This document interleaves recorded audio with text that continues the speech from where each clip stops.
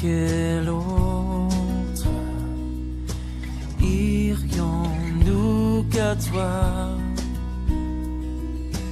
Tu as les paroles de la vie éternelle, et nous avons cru,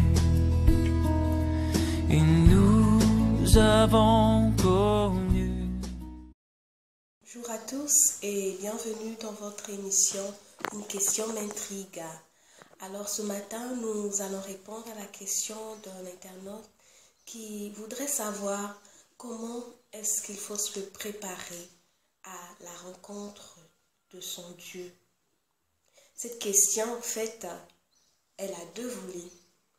Elle a un volet pour ceux qui ne connaissent pas vraiment Dieu, ceux qui n'ont jamais confié leur vie à Dieu et ceux qui un jour ont décidé de s'engager avec Dieu. D'abord, on va parler de ceux qui un jour ont décidé de donner leur vie à Dieu, qui ont décidé de marcher avec lui, de confier leur vie à lui. Et ceux-là, ils savent que leur maître vient. Ils savent qu'il est dit dans la parole de Dieu que Jésus revient bientôt. Mais comment ils se préparent? C'est très facile souvent au début, lorsque on vient de s'engager avec Dieu. On est très fougueux, on fait des choses pour plaire à Dieu, on fait des choses parce qu'il nous a sauvés. Donc on est vraiment rempli d'amour pour lui, pour son œuvre. Mais avec le temps passe et on se fatigue, on se lasse. Mais j'aimerais prendre avec vous cette illustration. Comment on fait quand on se prépare pour, quand par exemple, on attend quelqu'un de cher, quand on attend je sais pas, son parent qui va venir, qu'on doit l'accueillir, ou même son conjoint, je ne vous dis pas, quand mon époux est en voyage et que je dois le recevoir après tant de période d'absence, eh bien, j'apprête le repas, j'apprête la chambre, j'apprête l'atmosphère pour qu'il puisse se ressentir bien chez lui, pour qu'il puisse bien être accueilli, pour qu'il puisse être à son aise, pour qu'il puisse être heureux de rentrer chez lui en paix, pour qu'il puisse bien trouver la maison. Je m'apprête. Eh bien, c'est de même. C'est notre maître qui vient. Notre maître, le roi de rois qui vient. Et comment on s'apprête? Comment on se donne corps et âme pour son retour? Eh bien, est-ce qu'on est comme ces vierges dans Matthieu 25, au chapitre 1, je vais lire. Alors le royaume des cieux ressemblera à 10 jeunes filles qui ont pris leur lampe pour aller à la rencontre du marié. 5 d'entre elles étaient folles et 5 étaient sages. Celles qui étaient folles ne prirent pas d'huile et avec elles en emportant leur lampe, tandis que les sages prirent avec leur lampe de l'huile dans les vases.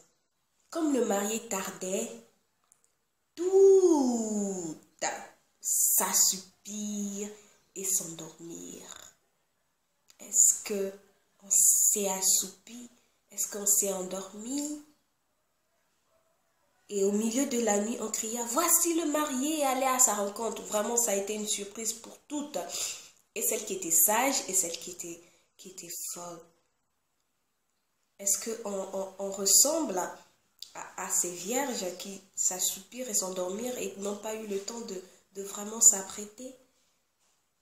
Qu'est-ce qu'on fait? Notre maître, il revient. Son retour n'est pas si loin. C'est vrai que le temps est passé et certains même se moquent de nous. Vous dites que Jésus revient bientôt, mais où il est? C'est vrai, mais c'est pas si loin, c'est bientôt. Ça peut être à n'importe quel moment.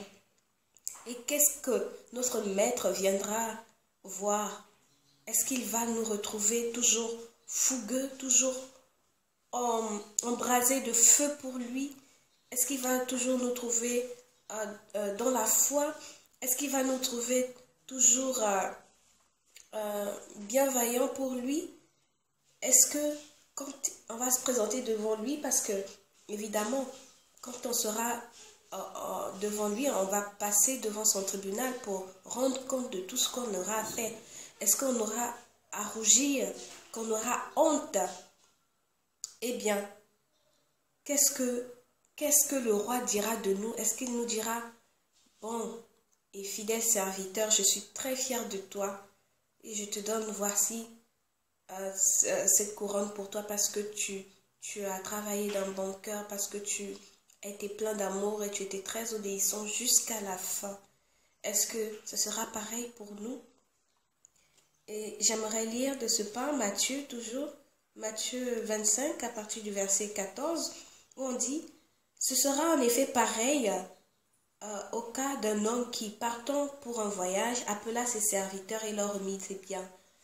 Il donna 5 sacs d'argent à l'un, 2 à l'autre et un au troisième, et chacun selon sa capacité, puis il partit aussitôt.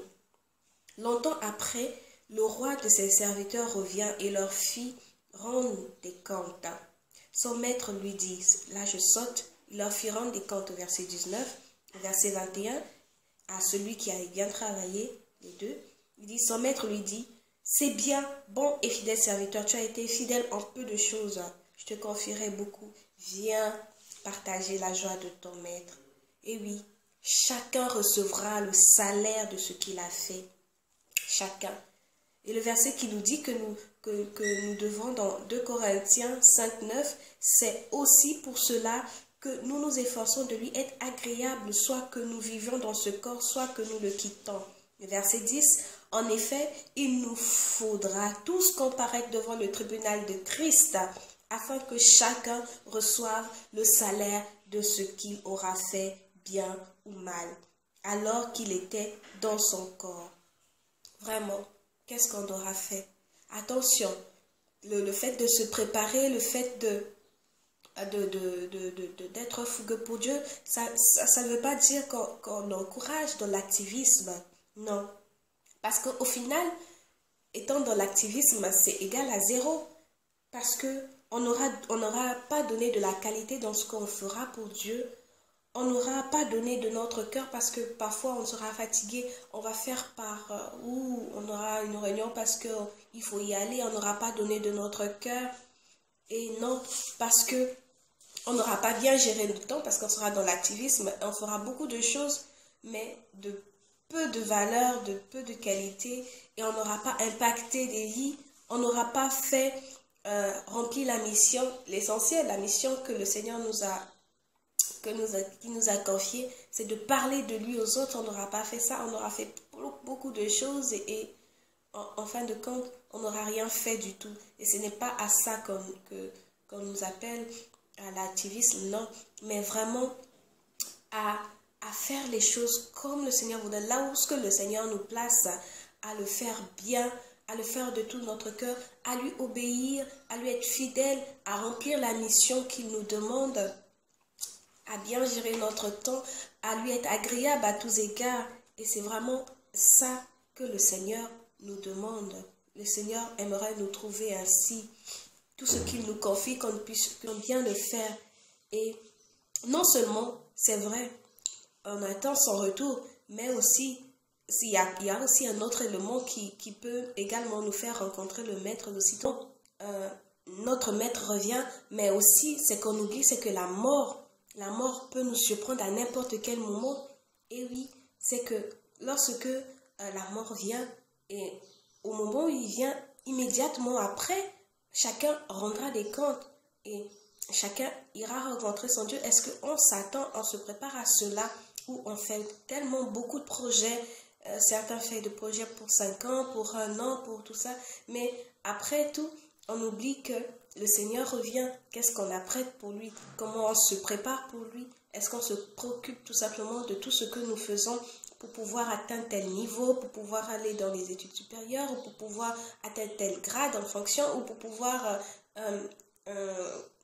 atteindre tel ministère? Mais le fond, on oublie vraiment l'essentiel. L'essentiel, c'est que le Seigneur veut pour nous et ce qu'il veut qu'il aimerait nous trouver quand il reviendra et les comptes qu'on va lui rendre par rapport à tout ce on aura donné, même dans ce qu'il nous aura donné, la sagesse, l'intelligence, les biens, comment est-ce qu'on les aura gérés. Et oui, on doit s'apprêter à rencontrer son Dieu.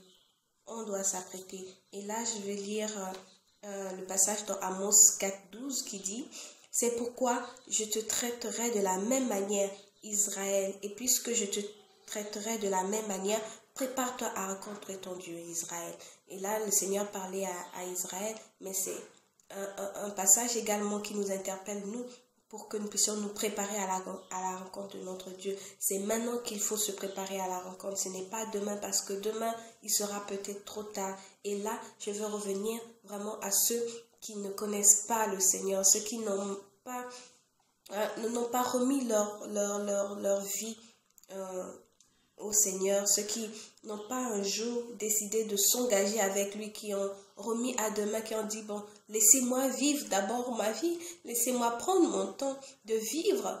Et bien, comme le dit un chant, tu veux vivre ta vie, tu veux jouer dans ta vie, et bien c'est la vie qui va te jouer, qui va te balancer à coups de fouet, et tu vas pas te rendre compte que ça va vite passer. Et comme on dit, la vie ne se fait pas au crayon, tout est au propre, tu n'auras pas à gommer pour reprendre. Et ben non, tout ce que tu auras fait, ça va rester là. Et ça va s'entacher. Si tu essaies de griffonner, ça sera là. Voilà.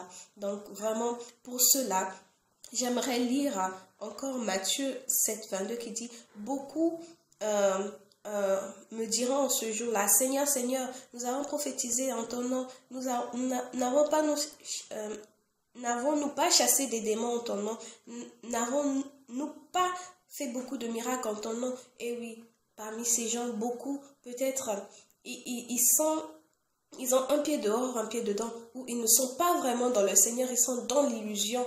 Ils se disent qu'ils sont avec Dieu pour quelque temps. Ils font apparence de piété, par exemple, le dimanche, mais en semaine, ils sont pour eux-mêmes, ils font les choses pour eux-mêmes. Et le dimanche, ou bien pendant les temps où ils sont en rencontre avec les autres enfants de Dieu, ils font apparence de beaucoup de piété. Et puis là, vous êtes dans l'illusion parce que tu ne peux pas marcher avec le Seigneur et marcher avec Belzébul. Non, c'est pas possible. Tu ne peux pas mélanger les deux. Soit tu es pour lui, soit tu es contre lui. Et oui, ne soyons pas dans l'illusion. Ne soyons pas dans l'illusion, mais réellement, est-ce qu'on est avec Dieu? Est-ce qu'on marche avec lui? Est-ce que on marche à ses côtés ou on est vraiment à l'opposé de Dieu? Est-ce que c'est notre cas?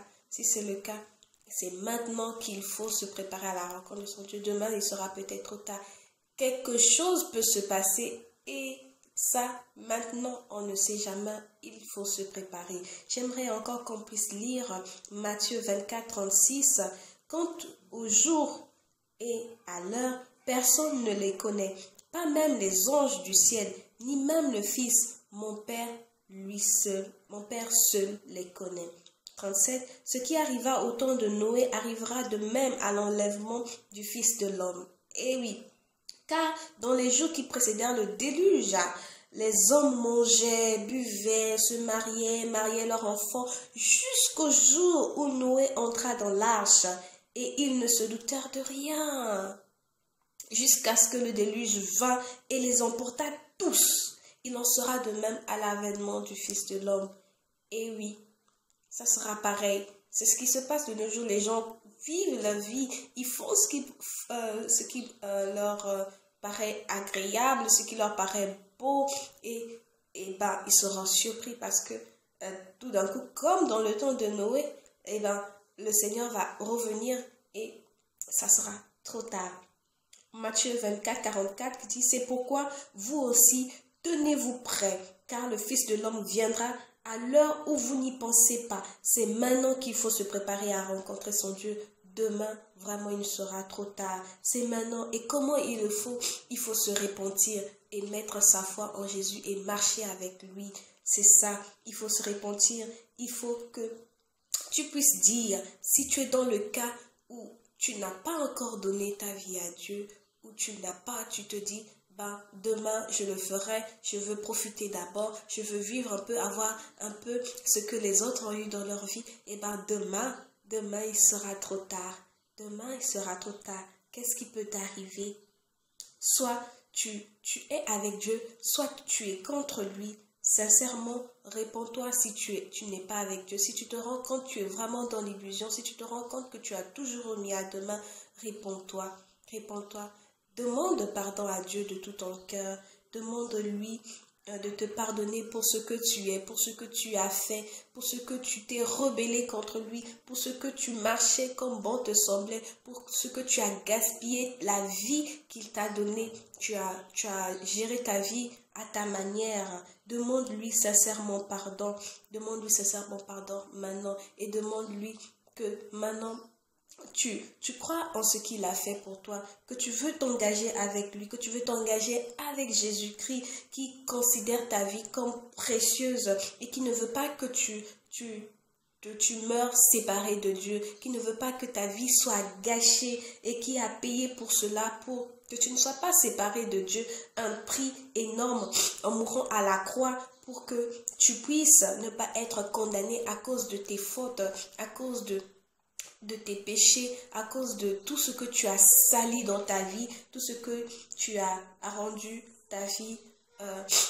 Demande-lui que tu veux marcher avec lui, que tu veux t'engager avec lui, que tu veux suivre ses pas parce que tu considères que lui seul a payé ce prix-là, a payé ce prix pour que tu ne puisses pas aller loin de lui, pour que tu puisses pas te perdre, pour que tu puisses pas mourir séparé loin de Dieu. Dis-lui: Jésus, je décide maintenant de te remettre entièrement ma vie, de te remettre entièrement ma vie. Je ne veux plus marcher comme bon me semblait. Je veux suivre maintenant tes conseils. Je veux que tu gères ma vie parce que moi, quand je gérais à ma manière, je la gaspillais, je faisais n'importe quoi de ma vie et ça, ce n'est pas bien et je veux vraiment maintenant le faire. Je veux me préparer parce que toi tu reviens me chercher, parce que je décide maintenant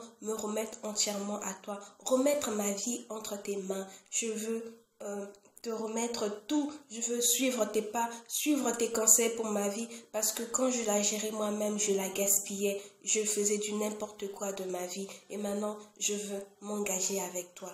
Demande-le au Seigneur de tout ton cœur et tu seras prêt pour le rencontrer. Voilà, c'était là pour aujourd'hui et demain, nous allons répondre à une autre question. Voilà, si vous avez d'autres commentaires, si vous avez une question, vous pouvez également nous écrire. Nous sommes là pour vous répondre aussi possible que la parole de Dieu nous donne des éclairages ou une lumière par rapport à ce sujet, nous allons le trouver ensemble. Voilà, que Dieu vous bénisse et à bientôt.